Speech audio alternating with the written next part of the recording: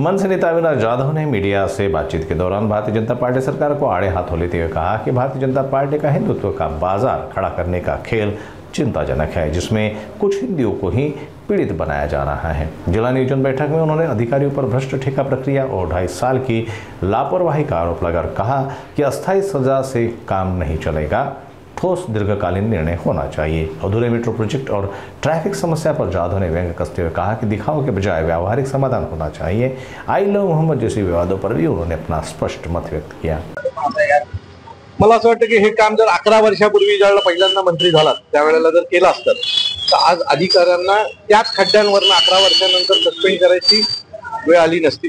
मला असं वाटतं की अधिकाऱ्यांना सस्पेंड करून होणार नाही, तुम्हाला नियोजनबद्ध काम करावं लागेल। पावसाळा आला की खड्डे बुजवायला तुम्ही निघता किंवा खड्ड्यांचे तो पॅच करता। दरवर्षी पाऊस पडतो, दरवर्षी त्या पावसाचा एक पॅच असतो आणि तिथे खड्डे पडतात। पावसाळ्याच्या आधी जानेवारीमध्ये काम करून तिथे जर ते रस्ता कॉन्क्रीट केला तर तिथे खड्डे पडणार आहेत का? नाही पडणार आहेत। परंतु तुम्ही पावसाची वाट बघता, त्याचे टेंडर काढता, त्या टेंडरमधनं खूप चांगले पैसे मिळतात, त्यामुळे अधिकारी पण चुकी आणि सगळे चुकी आहेत। हा जो सगळा झोल आहे ना, त्यांना काही कळत नाही का इथे खड्डे पडतात, इथे ट्रॅफिक होते, त्यांना सगळं माहिती असतं। पण पावसाळ्यात टेंडर काढायचे असतात आणि ते काही कोटींचे असतात, तो त्याच्या पुढे सगळं छोटं असतं। त्यामुळे हे सगळं जे होतं ना ते टेंडरसाठी होतं आणि टेंडरमधनं येणाऱ्या पहिल्या पैशांसाठी होतं। कोणाला तरी दोषी देऊन होणार नाही। तुम्हाला जर काही करायचं असेल तर कायमस्वरूपी निर्णय घ्यावे लागतील। पावसाळा आल्यावर काम न करता जानेवारी फेब्रुवारीमध्ये पावसाची कामं सुरू करावी लागतील। आता याचा सर्वे करायला लागेल, कुठे कुठे खड्डे पडतात, कुठल्या पॅचला खड्डे पडतात आणि जानेवारीमध्ये त्याचं काम तुम्ही सुरू केलं तर मला असं वाटतं की पुढच्या पावसाळ्यात खड्डे नसतील, ट्रॅफिक नसेल। आज पाहिलं तर मेट्रोचे कामं जे आहेत ते अजूनपर्यंत अनेक ठिकाणी प्रलंबित आहेत। त्यातच टेस्ट ड्राईव्ह जी आहे ती झालेली आहे आणि डिसेंबर अखेरपर्यंत मेट्रो सुरू होणार असं मुख्यमंत्र्यांनी किंवा उपमुख्यमंत्र्यांनी मला वाटतं ती मध्ये ठाण्यातली शेअरिंग रिक्षा सारखं असेल, कारण मुंबईचा तुमचा प्रोजेक्ट पूर्णच नाही आहे। म्हणजे 3 हात नाका ते ओळा अशी जर चालवणार असाल तर शेअरिंग रिक्षा सारखी चालवा। पण परत सांगतो, मेट्रोचं काम किंवा मेट्रो चालू होणं म्हणजे पर्याय नाही। रस्त्यावर गाड्या असलेले ट्रक हा ठाण्याचा प्रॉब्लेम आहे।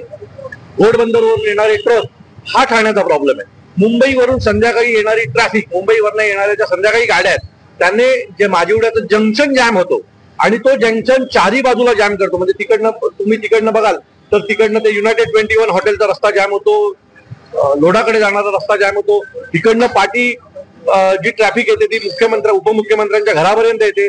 त्याच्या खाली असलेले छोटे छोटे रस्ते जे ठाण्यात जातात, खोपटला जातो, नितीन कंपनीला जातो, तिकडे कॅडबरीला जातो, त्याच्या पुढे आझादनगर साईडला जातो, ते ही सगळी जी रस्ते आहेत ना ते त्या माजिवडा जंक्शन पासून सुरू होणाऱ्या ट्रॅफिकमुळे होतात, मेट्रोमुळे होत नाहीये।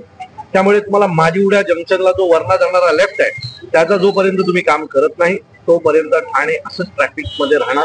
एवढं नक्की तुम्हाला काय करायचं ते करा, किती नियोजन आणा, किती काय करायचं करा, त्याला पर्याय नाही।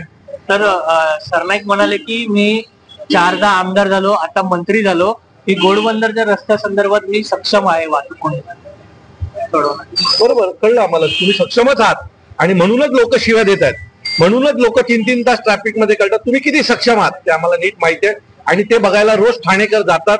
जो घोडबंदरवरनं येतो तो येताना जी काय आकोळी वाहत येतो त्याच्यावर कळतं कोण किती सक्षम आहे। येणाऱ्या दसऱ्याची उत्सुकता सर्वांना